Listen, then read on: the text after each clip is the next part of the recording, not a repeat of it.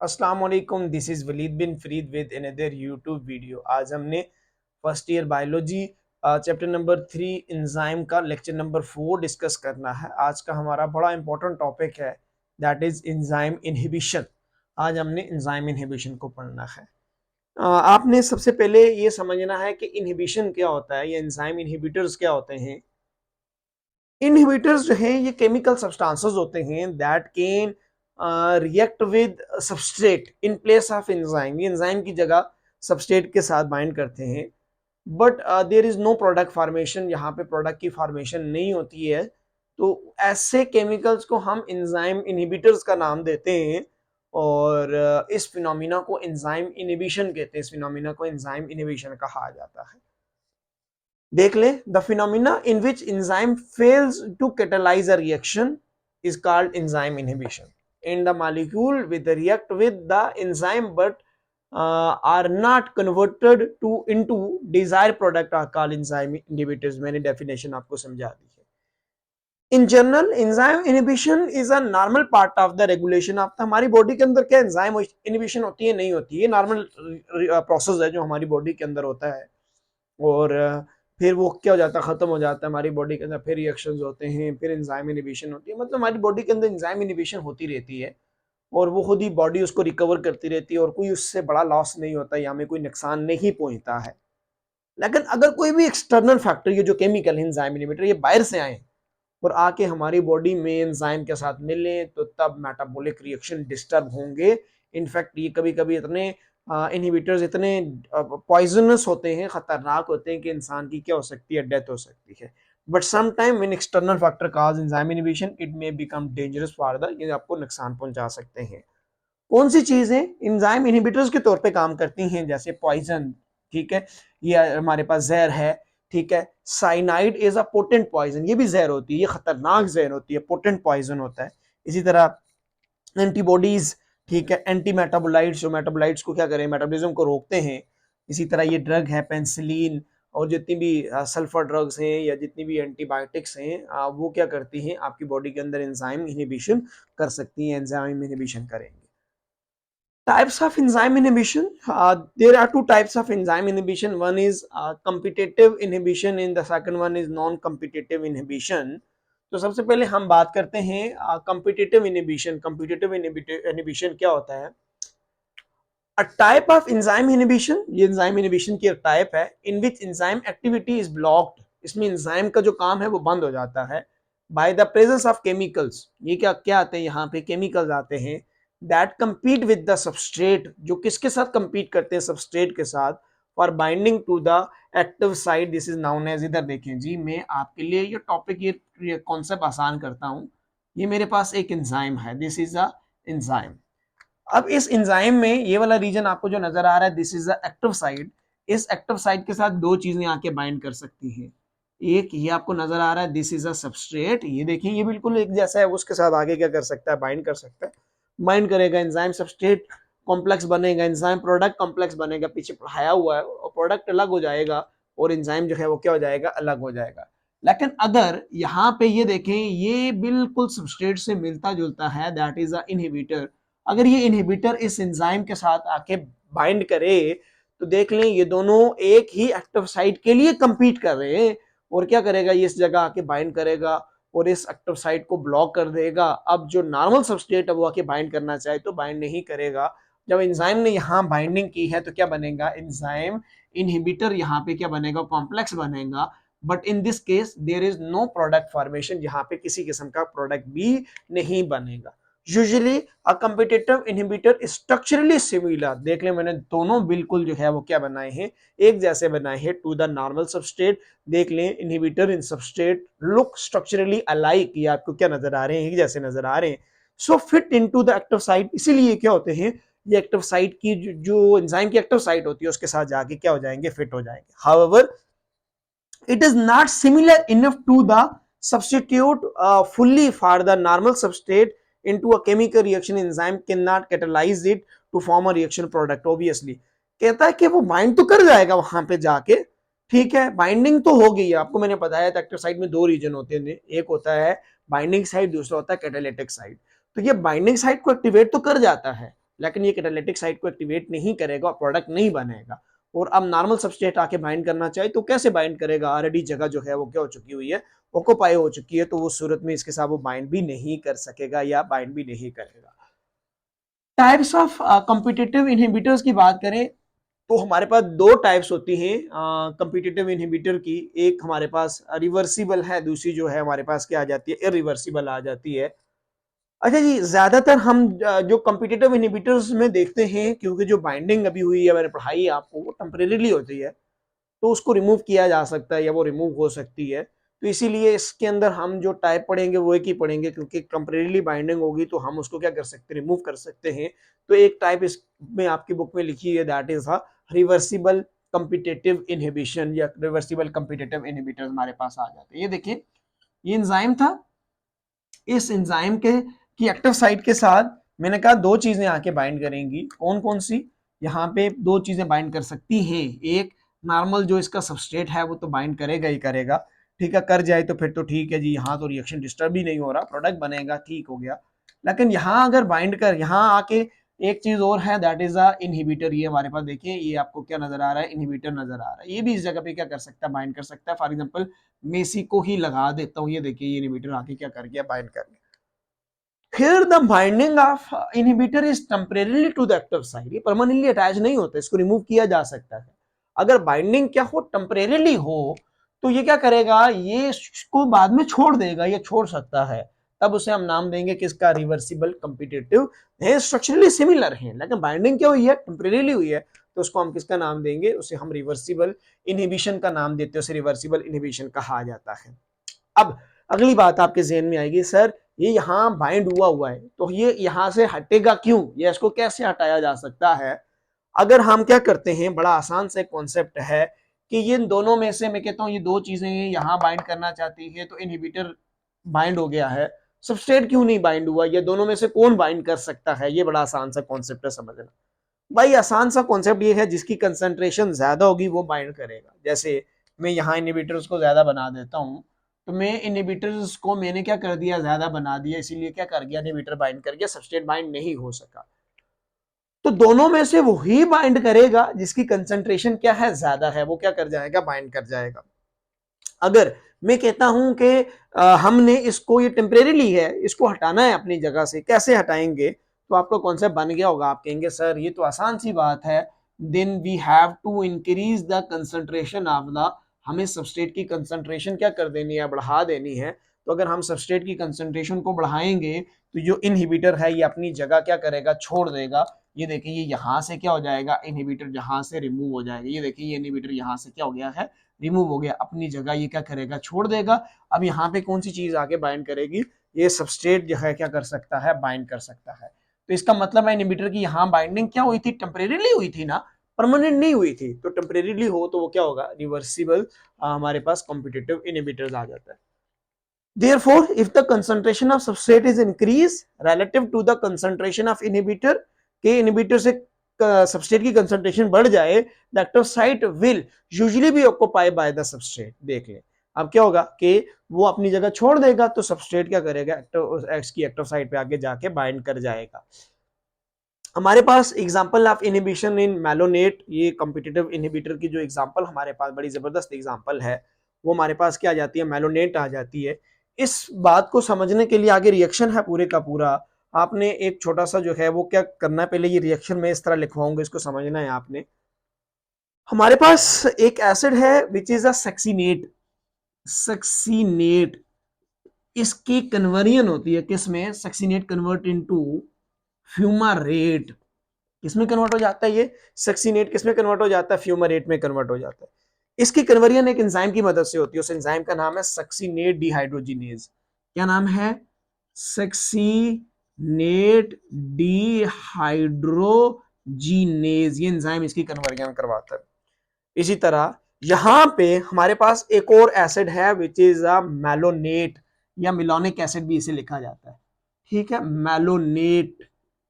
ये मैलोनेट इस एंजाइम के साथ बाइंड कर जाता है, कौन से एंजाइम के साथ, ये किसके साथ, सक्सीनेट, सक्सीनेट डिहाइड्रोजिनेज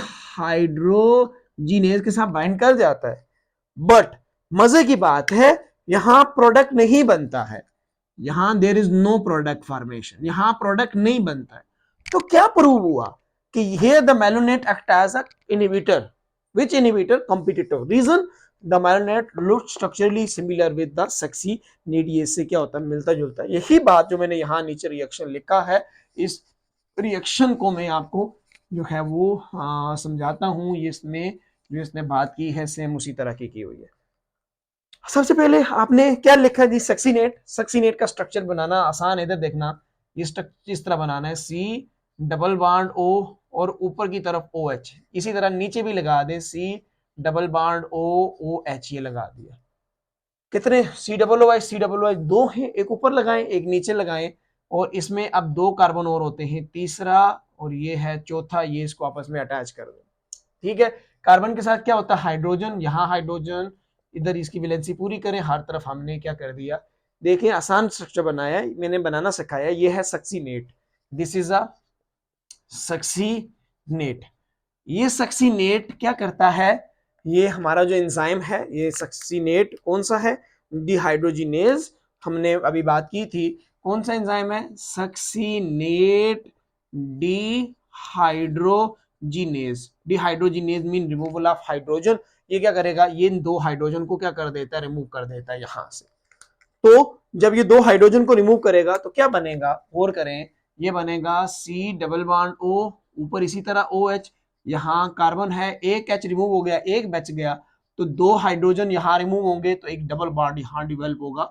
इसके साथ क्या है सी एच, और नीचे क्या है सी डबल बॉन्ड ओ और O H. Now this is a structure, this structure is of किसकी है, ये है फ्यूमारेट। सक्सीनेट कन्वर्ट इनटू, देख ले पुत्र, ये फ्यूमारेट में कन्वर्ट हो गया, किसकी मदद से, इस एंजाइम की मदद से। देखिए इसकी एक्टिव साइट बिल्कुल इसके अंदर फिट हो रही थी, उसने डिहाइड्रोजिनेशन की है और क्या बना दिया, फ्यूमारेट बना दिया।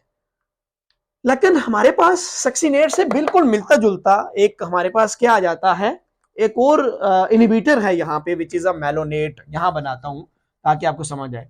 सक्सीनेट और मेलोनेट में देखना सेम क्या क्या सिमिलरिटी है, C double bond O O H, ये देखिए स्ट्रक्चरली सिमिलर है, C double bond O O H. फर्क इतना है कि इसमें 3 कार्बन है और उस ऊपर वाले में काफी मिलता जुलता है, ये 4 कार्बन है। ये किसकी स्ट्रक्चर है, ये मेलोनेट की है, बना ले सेम है, सी डबल ओ एच, नीचे भी सी डबल ओ एच, दरमियान में एक कार्बन है यहाँ पे। लेकिन एंजाइम कौन सा होगा, यही एंजाइम है सक्सीनेट डिहाइड्रोजिनेज, लेकिन यहाँ पे प्रोडक्ट नहीं बना है। क्यों नहीं बना है, फिट तो हो जाता है, एक्टिव साइट को बाइंड जो है वो क्या कर देता है, बाइंडिंग साइट को एक्टिवेट तो कर देता है, लेकिन यहाँ प्रोडक्ट नहीं बनता। This is an example of, आपको अगर बोर्ड में क्वेश्चन आ जाए तो ये रिएक्शन आपने जिस तरह मैंने बनाए हैं इसी तरह आप लोगों ने ये रिएक्शंस बनाने हैं, ये आपको बनाने आने भी चाहिए। गॉट इट जी, ये हमारी पहली जो टाइप है वो कंप्लीट हो गई है। ठीक है, अब हम जो दूसरी टाइप आ जाती है, ठीक है। अच्छा पहले इसकी इंपॉर्टेंस को डिस्कस करते हैं। इंपॉर्टेंस ऑफ कम्पिटिटिव इनहिबिटर, क्या बातें समझ आई, इट्स सपोर्ट लॉक इन की मॉडल। आपको भी एक बात समझ आइए कि खास किस्म का एंजाइम है, खास किस्म के सबस्ट्रेट के साथ बाइंड करता है। कोई और चीज आए बाइंडिंग हो जाए प्रोडक्ट नहीं बनेगा, मतलब बाइंडिंग किसी काम की नहीं है। It show that substances which are similar to the substrate, ऐसे सब्सटेंसेस जो सबस्ट्रेट से मिलते जुलते हैं, are not acted upon by the enzyme, enzyme उनके ऊपर काम नहीं करता है। Competitive inhibitor are use as drugs, इन्हें ड्रग्स के तौर पे भी इस्तेमाल किया जाता है in the control of bacterial pathogen. ये बैक्टीरियल पैथोजन में इसी, अगर बैक्टीरियल पैथोजन को कंट्रोल करना है इसी मैकेनिज्म के थ्रू कंट्रोल किया जाता है। Antibiotics known as sulfamides are used to combat bacterial infection, ये किसको कंट्रोल करती हैं, जो बैक्टीरियल इन्फेक्शन होता है उनको ये क्या करती हैं, कंट्रोल करती हैं। Second type is non competitive inhibitor. हमारे पास दूसरी टाइप कौन सी आ जाती है, नॉन कॉम्पिटिटिव इनहिबिटर आ जाती है। आपको एकदम समझ आ गया होगा। मैं यहाँ एक छोटा सा कॉन्सेप्ट बनाता हूं जो पीछे भी बात की थी कि कॉम्पिटिटिव में ये हमारे पास ये एंजाइम है जो किस पे बाइंड करता था, जो एक्टिव इनहिबिटर आके एक्टिव साइट पे बाइंड करता था। लेकिन हमारे पास क्या एंजाइम है, अब यहाँ हमारे पास है दिस इज अ इनहिबिटर, ये इनहिबिटर आ जाता है। ये इनहिबिटर, ये रीजन जो है ये क्या होता है, एक्टिव साइट है, दिस इज एक्टिव साइट। और एक्टिव साइट के अलावा जो रीजन होता है ना उसको एलेस्टोरिक साइट कहते हैं, allosteric site, the site other than active site is called allosteric site. तो नॉन कॉम्पिटिटिव इनहिबिटर्स में क्या होता है कि ये हमारे पास अगर फॉर एग्जांपल ये आपको क्या नजर आ रहा है, दिस इज अ सबस्ट्रेट, ये एक सबस्ट्रेट है, यहाँ मैं क्या बना रहा हूँ, एक और चीज बना रहा हूँ, यहाँ पे इस तरह बना देता हूँ, ये है आपके पास, ये आपको नजर आ रहा है क्या, ये नजर आ रहा है जी inhibitor, this is a inhibitor, I है, आई से लिख दिया, इनहिबिटर लिख दिया। अब ये सबस्ट्रेट नॉर्मली क्या करेगा, ये सबस्ट्रेट इधर एक्टिव साइट पे बाइंड करेगा, प्रोडक्ट बनेगा, लेकिन अगर ये इनहिबिटर आके, ये नॉन कम्पिटिटिव में ना ये लेस्टोरिक साइट पे बाइंड करता है, ये एक्टिव साइट पे बाइंड नहीं करता है, ये देखिए इसके साथ बाइंड करेगा, होगा क्या, इसकी वजह से जो एंजाइम का शेप है वही चेंज हो जाएगा, ये देखिए ये एंजाइम का जो शेप है वो चेंज हो गया। अब अगर ये जेन्युइन सबस्ट्रेट आके इसके साथ बाइंड करना चाहे भी तो बाइंड नहीं कर सकता। देखिए पीछे एक्टिव साइट की बात थी, अब यहां इलेक्ट्रोलिक साइट के साथ बाइंडिंग की बात की जा रही है। तो देखिए in non competitive inhibitor the inhibitor molecule bind to the enzyme other than active site, the other than active site is allosteric site, वो कौन सी साइट होती है, इलेक्ट्रोलिक साइट होती है, या उसको हम इलेक्ट्रोलिक साइट का नाम देते हैं। The non competitive inhibitor inactivate the enzyme temporarily, अगर इसे टेम्परेरीली इनएक्टिवेट करते हैं तो इसकी दो टाइप्स होती है, एक बनेगा रिवर्सिबल जो है नॉन कम्पिटिटिव इनहिबिटर्स, अगर ये इसे परमानेंटली डीनेचर कर देते, जैसे उसकी शेप को अगर ये परमानेंट डीनेचर कर दे तो ये क्या होगा, इरिवर्सिबल क्या होगा, हमारे पास इनहिबिशन आ जाएगी। तो पहले हम बात करते हैं कि इसकी reversible reversible non competitive enzyme inhibition की बात करते हैं। Reversible non competitive enzyme inhibition work not only by preventing the formation of enzyme substrate complexes, ये एंजाइम सबस्ट्रेट कॉम्प्लेक्स को बनने से रोकते हैं, but by preventing the formation of enzyme product complex, ये एंजाइम सबस्ट्रेट कॉम्प्लेक्स भी नहीं बनने देते और एंजाइम प्रोडक्ट कॉम्प्लेक्स भी नहीं बनने देते, so they prevent the substrate to convert. देख लें अब सबस्ट्रेट अगर आए भी तो यहां पे क्या होगा, प्रोडक्ट नहीं बनेगा, क्यों, क्योंकि ये दो चीजें ना तो ये सबस्ट्रेट को बाइंड करने देते एक्टिव साइट के साथ, तो एंजाइम सबस्ट्रेट भी नहीं बनेगा, और एंजाइम सबस्ट्रेट नहीं बनेगा तो ये क्या करेगा, एंजाइम प्रोडक्ट भी नहीं बनेगा, तो इसलिए ये क्या करेगा, ये यहाँ पे आके क्या कर जाता है, ये जो है इसकी शेप को चेंज कर देगा। अब अगर जेन्युइन सबस्ट्रेट बाइंड करना चाहे तो वो बाइंड नहीं कर सकता, किसमें, यहाँ पे हमारे पास क्या आ जाता है, रिवर्सिबल नॉन कम्पिटिटिव इनहिबिटर, ठीक है। तो हमारे पास जो है so they prevent the substrate to be convert into product, ये जो है क्या करेगा, प्रोडक्ट की फॉर्मेशन जो है यहाँ पे रोकेगा या प्रोडक्ट की फॉर्मेशन नहीं करने देगा। एग्जांपल है feedback inhibition is an example of feedback inhibition, हमारे पास किसकी एग्जांपल आ जाती है, हमारे पास किसकी एग्जांपल आ जाती है, हाँ रिवर्सिबल नॉन कम्पिटिटिव इनहिबिटर्स, अगर वो ब्लॉकेज करेगा भी, छोटा सा कॉन्सेप्ट है, अगर वो एंजाइम की शेप को चेंज करेगा भी, टेम्परेरीली चेंज करेगा, या ब्लॉकेज करेगा भी टेम्परेरीली करेगा, लेकिन उसे दोबारा ठीक किया जा सकता है। तो एग्जांपल क्या आ जाती है, example is a feedback inhibition, हमारे पास इसकी एग्जांपल क्या आ जाती है, फीडबैक इनहिबिशन आ जाती है। ठीक हो गया जी। फीडबैक इनहिबिशन क्या है, अभी इसी लेक्चर के आखिरी टॉपिक में फीडबैक इनहिबिशन को डिटेल में पढ़ाऊंगा, वहां आपको समझ आ जाएगा कि फीडबैक इनहिबिशन क्या होता है, वो चीज आपको समझ आ जाएगी। ठीक है जी। उसके बाद हमारे पास है दूसरी जो टाइप आ जाती है, ठीक है, that is the irreversible non competitive enzyme inhibition, destroy enzyme, enzyme को खत्म कर देते हैं बाय अल्टरिंग इट्स शेप, उसकी शेप चेंज कर देते हैं, so that the substrate can not bind to the, अब सबस्ट्रेट बाइंड नहीं करेगा एक्टिव साइट पे, जो पीछे भी बात की थी, लेकिन पहले केस में जो पहली टाइप थी उसमें टेम्परेरीली उसने शेप को चेंज किया था, रोकता है थोड़ी देर के लिए, एंजाइम सबस्ट्रेट कॉम्प्लेक्स नहीं बनाने देता होता, एंजाइम प्रोडक्ट कॉम्प्लेक्स नहीं बनाने दे रहा होता वो उसको। Example of irreversible non-competitive inhibitors are cyanides in salts of heavy metal, ये दो examples हैं। cyanides क्या हैं, cyanide are potent poison in of living organism because they kill in organism by inhibiting cytochrome oxidase, ये enzyme हमारी body के अंदर होता है जो सेलुलर रेस्पिरेशन करवाता है, essential for cellular respiration। देख लें साइनाइड जहर है, अगर ये जहर हमारी बॉडी के अंदर चले जाए तो ये साइटोक्रोम ऑक्सीडेज को काम नहीं करने देगा, सेलुलर रेस्पिरेशन को रोकेगा, तो डेथ हो सकती है। दूसरा क्या पढ़ा था आपने, साल्ट्स ऑफ हैवी मेटल्स कौन से हैं, ये क्या करते हैं, हमारे पास they block the action of these enzyme by combating with iron, ये आयरन के साथ जो है वो क्या करेंगे आगे, वो साल्ट्स ऑफ हैवी मेटल की बात में करेगा, इसी को एक्सप्लेन कर रहा है। जो साइटोक्रोम ऑक्सीडेज होता है ना, साइटोक्रोम ऑक्सीडेज का जो सेंट्रल मॉलिक्यूल होता है वो फेरस होता है, that is bonded with the 4 nitrogen atom, कहता है कि ये इसके साथ, ये फेरस के साथ जो है क्या करेगा, बाइंड करेगा। पहले लेक्चर में पढ़ाया भी था, यहाँ फेरस जो है वो किसके तौर पे काम करता है, ये प्रोस्थेटिक ग्रुप होता है जिसके साथ परमानेंटली अटैच होता है। तो भाई जाके अगर इसके साथ बाइंड कर जाए, इसको काम ही ना करने दे, तो एंजाइम किस तरह काम करेगा, इसके साथ बाइंड कर गया है, इसकी शेप को क्या कर देगा, परमानेंटली जो है वो डीनेचर कर देता है। अब साइटोक्रोम ऑक्सीडेज जो है वो एंजाइम अपना, वो वाला एंजाइम जो है अपना normal function that is a cellular respiration वो परफॉर्म किसी भी सूरत में नहीं करेगा।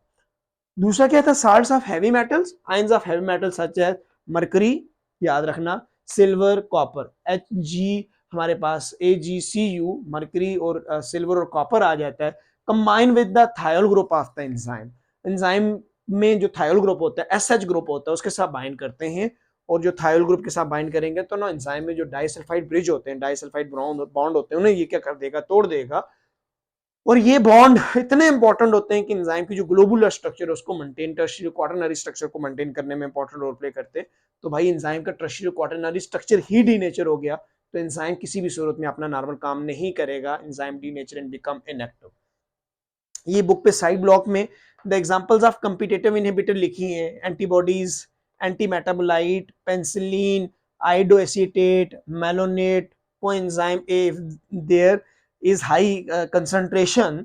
और अगर नॉन कम्पिटिटिव इनहिबिटर्स की बात करें तो क्या है, एसिटल्डिहाइड, डाई आइसोप्रोपाइल फ्लोरोफॉस्फेट, ये नर्व गैस के तौर पे काम करता है, सेकंड ईयर में पढ़ाऊंगा नर्व गैस क्या होता है। इसी तरह मरकरी, सिल्वर, कॉपर, साइनाइड, ये चीजें किसके तौर पे काम करेंगी, जो है हमारे पास नॉन कॉम्पिटिटिव इनहिबिटर्स के तौर पे काम करती हैं। अच्छा जी, ये डायग्राम में आप देखें, here this is a structure of an enzyme, ये एंजाइम का स्ट्रक्चर है, और यहाँ पे आपको नजर आ रहा है कि ये सबस्ट्रेट है, यहाँ पे भी सबस्ट्रेट है, ये इनहिबिटर हमारे पास आ जाता है। तो इनहिबिटर ने क्या किया, सबस्ट्रेट की जगह जो है किसने बाइंड कर दिया, आपने जो है इनहिबिटर ने आके बाइंड कर दिया है एंजाइम के साथ। तो एंजाइम का जो शेप है ना, वो ही जो है वो क्या हो गया है, वो ये वाला जो एक्टिव साइट, ये पहली जो आपने बात की थी ना, वो एक्टिव साइट वाली बात कर रहा है, यहाँ एक्टिव साइट के साथ बाइंड कर रहा है। ये दूसरी डायग्राम देखें, दिस इज एन एंजाइम, ये एंजाइम का एक्टिव साइट वाला रीजन है, लेकिन इधर बाइंड नहीं कर रहा, ये वो बाइंड कर रहा है यहाँ पे, पीछे आके बाइंड कर रहा है, दूसरी जगह पे बाइंड कर रहा है। दिस इज एलेस्टोरिक साइट, ये एलेस्टोरिक साइट है। तो उसकी वजह से क्या हुआ, जो एक्टिव साइट का शेप था, देखें इसका शेप और इसकी शेप में फर्क आ गया। अब ये जेन्युइन सबस्ट्रेट इसके साथ बाइंड करना चाहते भी हैं तो वो बाइंड नहीं कर सकते। तो इसने यहाँ पे दोनों को ए और बी डायग्राम के अंदर पहला वो जो है हमारे पास कौन सा कॉम्पिटिटिव और दूसरा जो है वो किसकी बात की है, नॉन कॉम्पिटिटिव की बात की हुई है।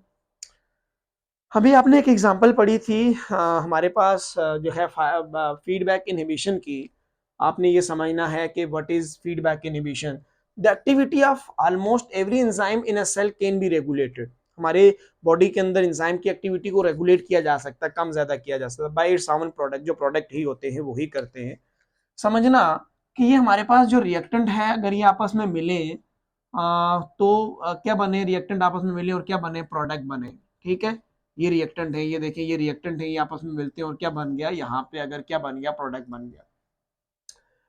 यही प्रोडक्ट अब इस रिएक्टेंट को मैसेज भेजे कि भाई मेरी बॉडी के अंदर डिमांड जो है वो क्या हो गई है, ये रिएक्टेंट इसको मैसेज भेजता है कि मेरी बॉडी के अंदर डिमांड जो है वो पूरी हो गई है, फर्दर आपको मिलने की जरूरत नहीं है। तो फर्दर जो प्रोडक्ट की फॉर्मेशन है वो नहीं होगी, तो तब इसे हम नाम देंगे नेगेटिव फीडबैक का।